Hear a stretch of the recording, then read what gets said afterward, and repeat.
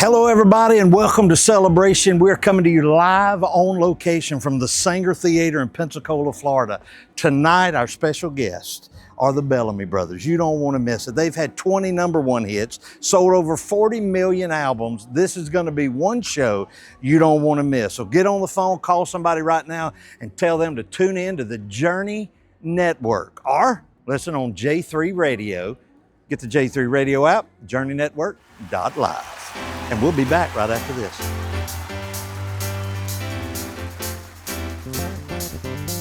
From the Building of Faith, welcome to Celebration, a Christian talk and variety show with outreaches across the world via television, radio, internet, and social media. You'll hear from today's leading authors, preachers, singers, evangelists, songwriters, and local Christian leaders. Now here's your host, president and founder of Journey Network, Dr. J.T. Guyton.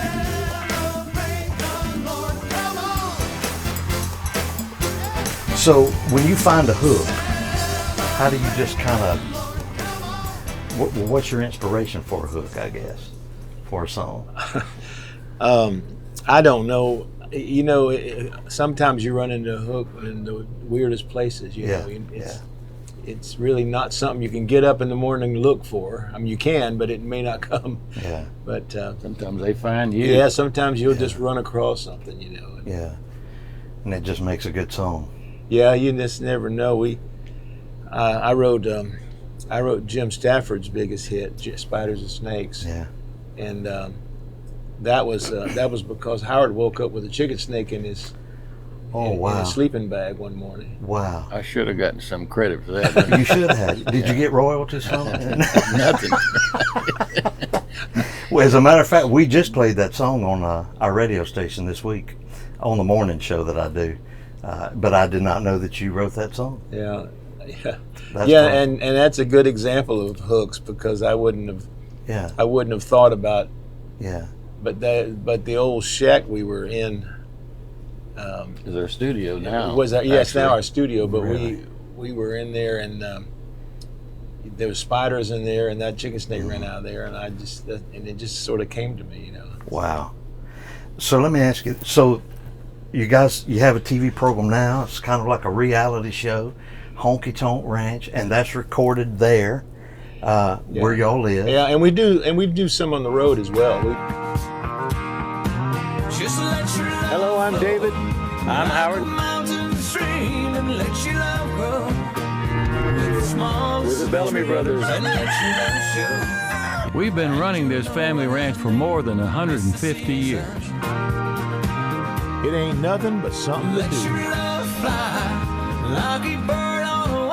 As far as everybody knows, we're just a nice, normal family. We're just like everybody else. We just play music for a living. This is our life at home. And on the road. And you're watching the Honky Tonk Ranch. Most of it has been recorded at the ranch, but we've actually taken it overseas. We've filmed in Switzerland and in Brussels, Belgium, and England. You guys do a lot overseas, don't you? I noticed on your schedule you're going to be somewhere at the end of this year. Norway. We're heading to in a couple of weeks here. Wow. Y'all going to take Randy over there and keep him for a while? Turn him into a Viking. Kind of got that look anyway. Yeah, he kind of flows right along with that. Yeah. You guys have managed to stay relevant throughout all these decades that you guys have been singing, and not only the decades, but the generations.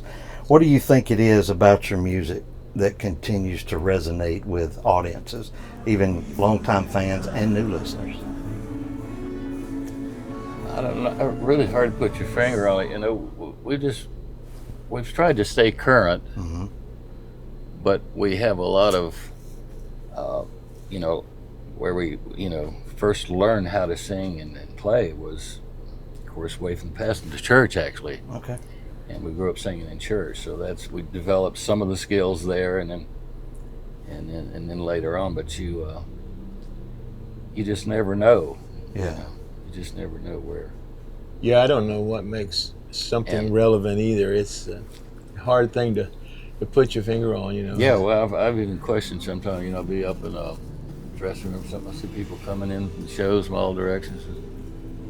They're come to see us, you know. Still, yeah. You know, Still coming after all these years. yeah. Well, some songs though, they just stick with you and they just do not go away. And people have, like our radio station, we call it I guess our slogan is the music you grew up on. Yeah. Because I remember my mom taking me to school, and I remember sitting in the back seat singing "If I Said You Had a Beautiful Body," hold it against me as a kid.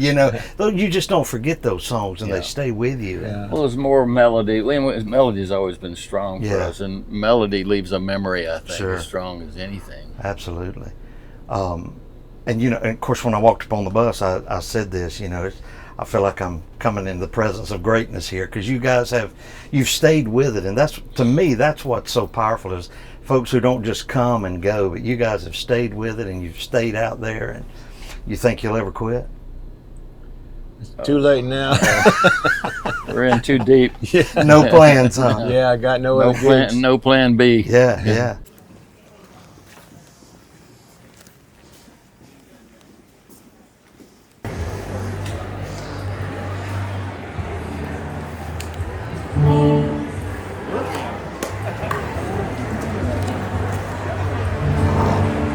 A theater in Canada where we played that I was really impressed with.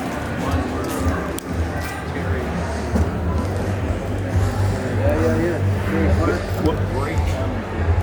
We'll go out when we leave tonight. We're gonna go right through there, all through the Bus that way.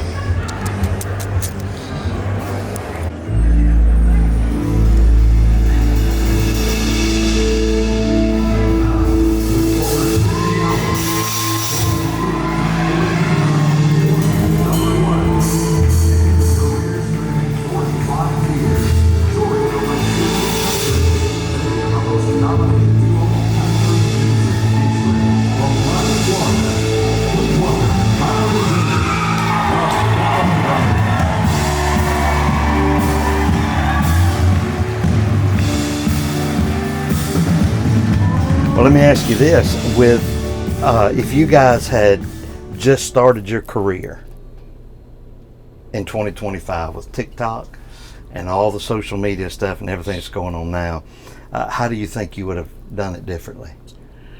Well, if we had all those tools and we were that young, it might be something that we would dive head deep into. But I mean, if you come into it at our age, it's a little bit different. I was telling somebody last night that our drummer, he's a young guy, and his mom was at the show. I was telling her I didn't even pick up a computer till I was 50 years old. Wow. So, it was. I wrote all my songs out by hand, and everything. Now it's it's unheard of. We were around before even videos were around. We didn't. Yeah. And in our original contract we signed, we didn't have a video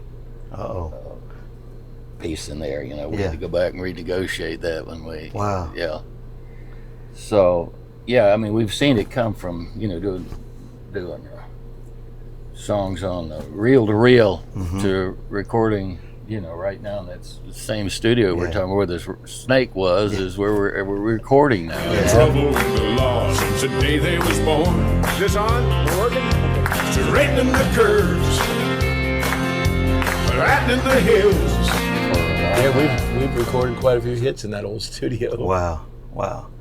And you guys you grasp social media well, but with the new TV show, I keep going back to that, because that's reality shows is where it's at now, and I hear people talking all the time who are watching, even different ages, Right. So really, I mean, you do capture a lot of ages. They'll sit there. Well, our show is. You don't have to have too much focus to watch it. Yeah. Yes. Pretty much rural nonsense. That's it. Yeah. That's it. Yeah, it's just craziness. So. Well, today it needs to be that way, because most people's attention span doesn't last very long. Isn't it the truth? Yeah. It's unbelievable. Can you guys watch a movie without having to pick your phone up? Probably not. No way, because it's always dinging. Yeah. I know. I turned 50 this year, and so I'm like, I can't watch TV. I'm constantly picking up my phone, and I'm like, I used to not be this way. I could stay focused, and it's just different. Yeah, it's just habitual, you know. Yeah. You start to. Yeah. Well, you know, and the other thing, it's not all our fault because everything you have now is on there. Mm-hmm. I mean, literally everything. Yeah, that's your, true. Your schedule and your upcoming events, whatever you're doing, everything you do is on there. Yeah. You know? Business and everything. Yeah. Because I used to get aggravated with people on my staff with their cell phones in their hands all the time, and they're like, "Wait, we're just working. We're checking emails. We're sending it." So our mom used to run our office down there, and she'd get mad at us for being on the computer. She thought we were thought you were playing games because you see the kids playing. She thought if you were on a computer, you were playing games. You wouldn't work. You wouldn't She'd work. reprimand you. Right? Your hit song, "Let Your Love Flow," has been called one of the happiest songs ever written. Why do you think the world needed that song back then, and do you think they still need it now? I think they need it more than ever, and you know, it was kind of a gift to us. You know, it literally fell out of the sky. Really, and it makes you look at your life and career a lot different. You know, I believe strongly in fate. Absolutely. From the things that just happened to us, me personally, you know, when it seemed like when I was least trying, some surprise would come along. Sure. Of course, not all of them were good. I understand. But that's kind of the way it happened, and I think maybe somehow we were chosen to do that song, and you know, for a message to the world. And it literally. It took off so fast, it caught record label, caught everybody by surprise. Yeah. But yeah, and it resurfaces still to this day. It keeps resurfacing. Did you guys do a concept video on that song? No, I tell you, Howard was saying that, you know, we didn't have video back then. Right. We got a call from our label right after we cut that song, and they said they didn't even have the terminology music video. Right, it wasn't even. They said we got to do a demonstration film for Europe. Oh. Just let your love flow like a mountain stream, and let your love grow with the smallest of dreams, and let your love show, and you'll know what I mean. It's the season. Let your love fly like a bird on the wing, and let your love bind you to all living things, and let your love shine, and you'll know what I mean. That's the reason. There's a reason.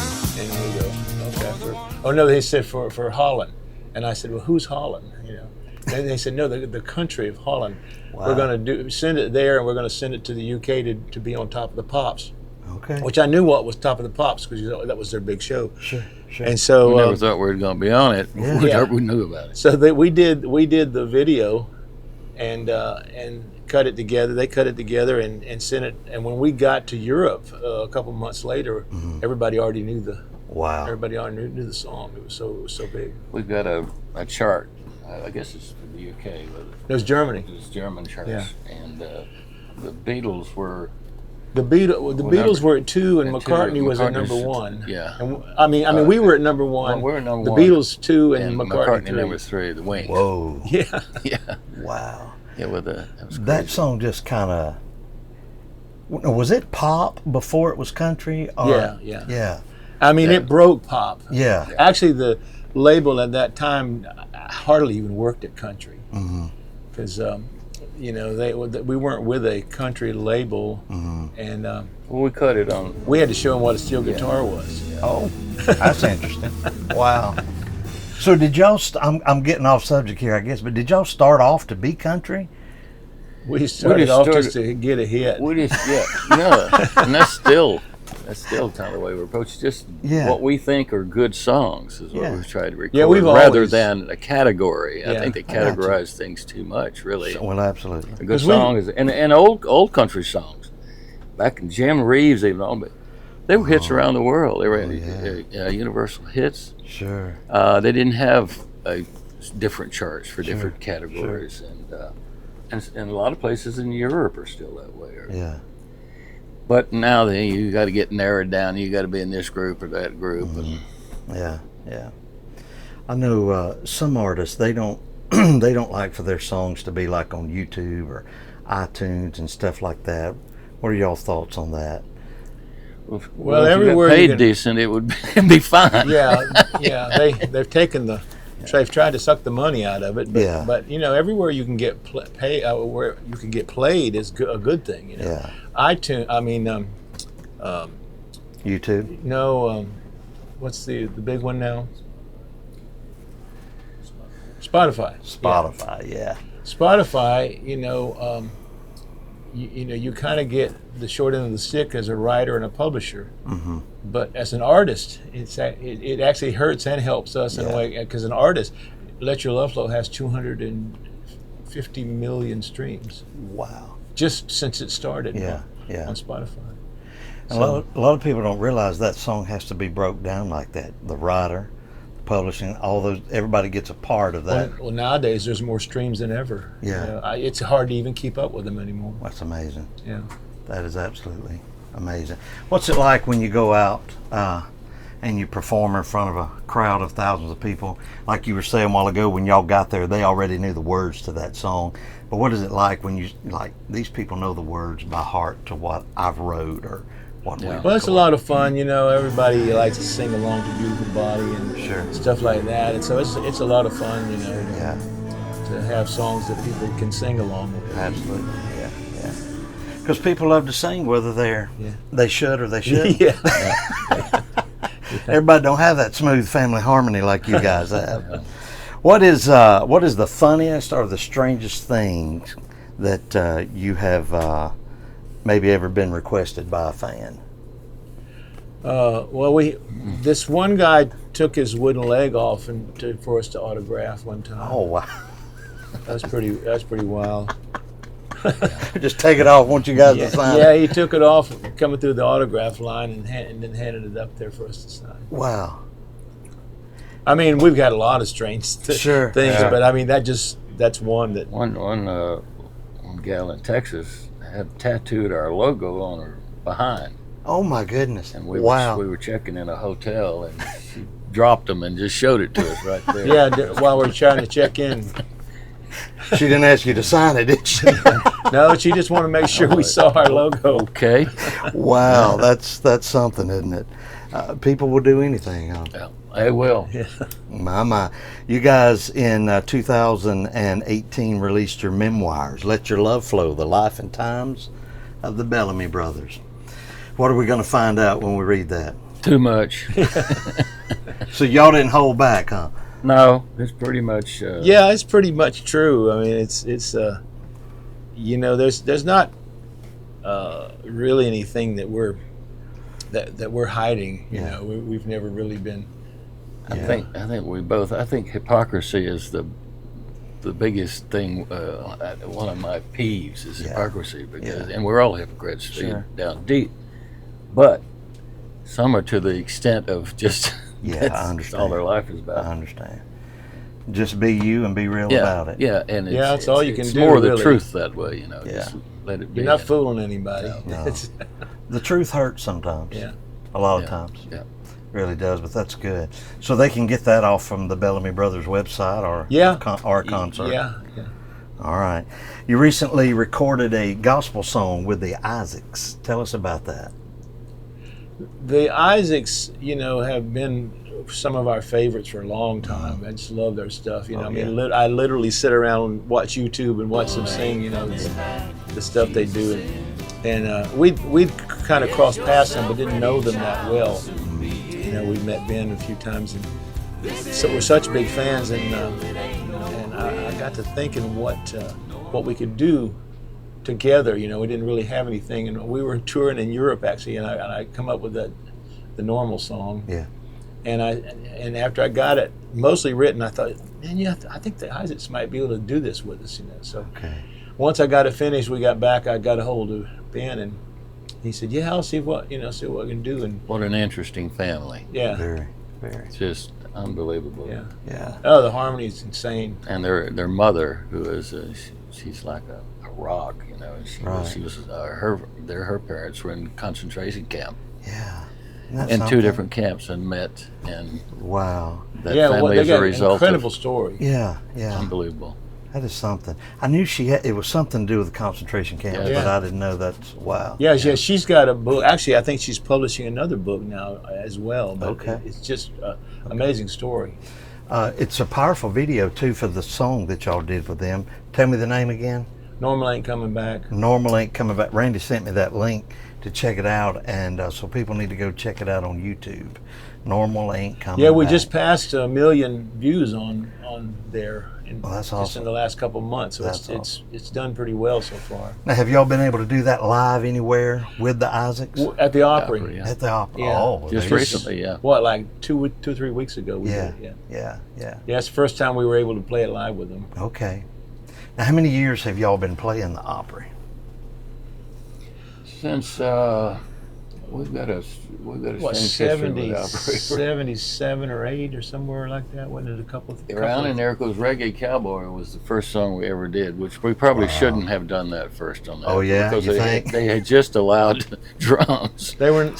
They did not like drums at the Opry. Back then, they were. So they were I kind of think anti-drum. Our first impression of us was like these boys from Mars. But why did we let them here? Through the years, I think they realized, we're pretty normal dudes. Sure. And we play it quite often now. So, was your first performance at the Ryman, or was it at the Opry House? It was at the Opry House. Okay. Yeah, we played the Ryman as well. But, it was when Mr. Acuff used to live out back. Really? He lived on our roadie. Okay. We had a kind of a rock and roll roadie at the time. Spencer didn't used to really have roadies, but and he would do anything for you. And he went around we pulled into the Opry the first time we played. He went around looking for someone to help us get in, and he stumbled across this older man with a ring of keys on him. He come out and told us, we can get in the room. We're in room so and so and so. This. I found the janitor. He said. I found the janitor. He got a ring keys on this big, and we got there, and it was Roy Acuff. Whoa. So that's how we got started. And we were going, Mr. Acuff, we're really sorry. He'd go, he says, don't worry about it, boys. He says, I kind of am the janitor around here. Wow. So you called him the janitor and brought drums. Yeah. Wow. He was a long stay for so many years, wasn't he? Yeah. He was actually a pretty hip guy, because he was probably more accepting of us than a lot of them were. Yeah. So he was a little more open to receive the changes in country music. He's a super guy. Yeah. So who do you guys listen to? Or are you like me and sometimes just don't listen? And we do that a lot because we hear a lot of noise. Right. But, I like a lot of old Southern rock as far as new stuff. Mm-hmm. Like Casey Musgraves is a writer a whole lot. She's and of course the Almonds. Fans of Joni Mitchell. I mean, it just runs the gamut of what we listen to. Yeah, that's the way I am. A little of all of it. Yeah. Because music's just good.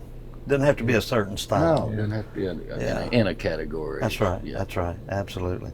Has there ever been a moment in all these years that you guys have traveled together? Obviously, you're brothers. A lot of family groups don't last as long as the Bellamy brothers have. So has there ever been a moment when y'all were like, you know what, you go your way and I'm going to go mine? Or have you this is just what we do? It'd be too much trouble to split up.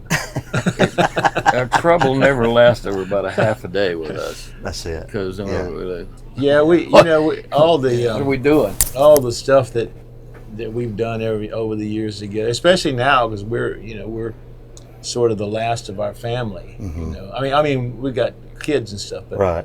But our old family, sure, our mom and dad and sister are all gone, but we've got too many irons in the fire, as they say. Yeah, too many mouths to feed. A lot of people have asked us, well, haven't y'all ever done a solo album? Wanted to do a solo album? And I said, Well, yeah, I could do a solo album, but I'd have to sing. I called Howard to come Yeah. sing harmony with me, so it turned back into a Bellamy Brothers album. Wow. Because, you know, a lot of, and even gospel groups, they start out as family, but then everybody's like, you know, we're going to do this or we're going to do that. So I think that's very admirable. Well, that you yeah, guys have we're stayed actually together. pretty proud of that fact. I can see our mother shaking her finger if we did break up. Yeah. Yeah, because it always meant a lot to them, both of them. You know. Yeah. And it's worked out. Sure.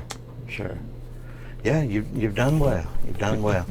I know you guys have got to get ready for your concert, and I want to thank y'all for being on our program today and on the Journey Network. One final question, and that is this: if this were to be the last interview that you ever did, what's the one thing you'd want people to know about you guys? Oh, wow. That's a hard question. Yeah. That we had a good time. Yeah. I mean, through it all. Yeah. Because you know, things are touring and stuff. You know, it as you get older, you know, especially travel. It's hard. You know, we still love to play the shows. But you know, overall, we had a good time. We were pretty blessed. Well, you kind of wonder at one point what you're put here for, but you know, at some certain point you realize, well, I'm here to do this, and it's I think the greatest reward is just seeing people who come in, illnesses. Well, you see all of that. You see so much, but they usually leave feeling a lot better than when they came in. You know, and if you can enlighten the world. Any Absolutely. You know, in this crazy world, it's a great job. Well, you guys have done that. You've brought a lot of enjoyment to people through the years, and I appreciate it. You've blessed me, so thank you. It's good to meet you guys. Thank y'all for being on our program today. Hey, you keep watching the Journey Network, and we'll be back with more right here on Celebration. God bless you. Hey, I hope you guys have enjoyed this very special celebration. We always love it when we can go on location, especially when we get to meet some really cool guys like Howard and David Bellamy. I want to tell you what, they're a prayer partner standing by right now. If you need prayer, you need encouragement, we got you covered. Keep watching the Journey Network. You don't want to miss it. We are so glad you have been with us for this program. Our prayer is that today's show has been a blessing and an encouragement to you and your walk with the Lord. This ministry is continually reaching out to spread the good news of Jesus Christ to all the world. We need your love gifts and prayers to help keep this ministry on the air 24 hours a day. So call us at 1-833-963-5433 or write us at Journey Network, P.O. Box 1420, Atmore, Alabama 36504. Or you can contact us online at journeynetwork.live. If you would like to have JT come speak to your church, conference, or event, please visit our website and go to the Event Scheduling tab. Thank you for your continued support. And remember, God loves you, and we do too.